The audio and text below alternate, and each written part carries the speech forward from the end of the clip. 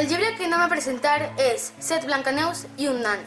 Narra el desig del rei i la reina en tindre un hereu. El que pareixia fàcil es va complicar i molt amb un final inesperat. Hola, sóc la reina i visc en un palau. Tinc 7 filles. Com no sabia quin nom posar-les, estava entre les 7 notes musicals o els 7 colors de l'arquiris. Finalment vaig triar el nom dels colors. M'encanten les flors i vull tindre el millor jardí de l'univers. Per aconseguir-ho, sóc capaç de fer lo possible i impossible perquè així siga. Tenia molta il·lusió en tindre un hereu, però al de donar-me compte que el que vaig escollir era molt llest, vaig tindre un gran odi cap a ell i desitjar-li la mort. La nostra mare és molt estricta.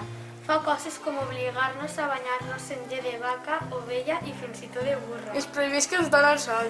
Si no li fem cas, ens castiga. Nosaltres sí que estimàvem Aró, fins al punt de deixar a la nostra mare al castell i anar-nos amb el nostre pare i Aró a la seva aldea.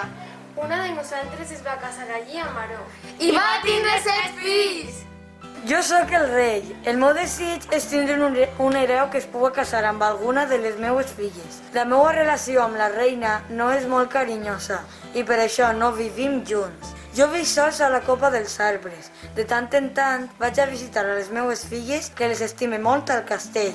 Jo sóc el preparador de Moisès per a que fora hereu. Moisès és un molt bon estudiant que trau excel·lent en tot. El meu nom és Aró. Em va obligar la reina a casar-me amb alguna de les seues filles per a que el seu regne tinguera un hereu. Jo no volia ser hereu ni res de res, només volia anar-me'n a la meva aldea.